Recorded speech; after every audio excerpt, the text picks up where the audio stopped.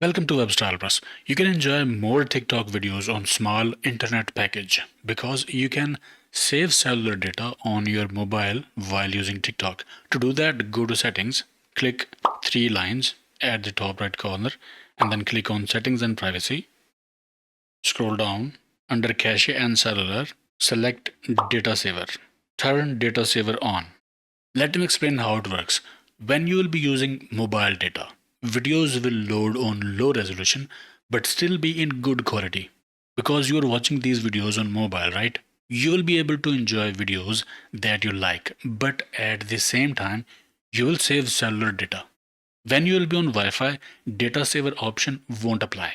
It will only save data when you are using cellular data because it's about saving cellular data, right? Okay, I hope it helped. Like, share, subscribe, and I will see you in the next one.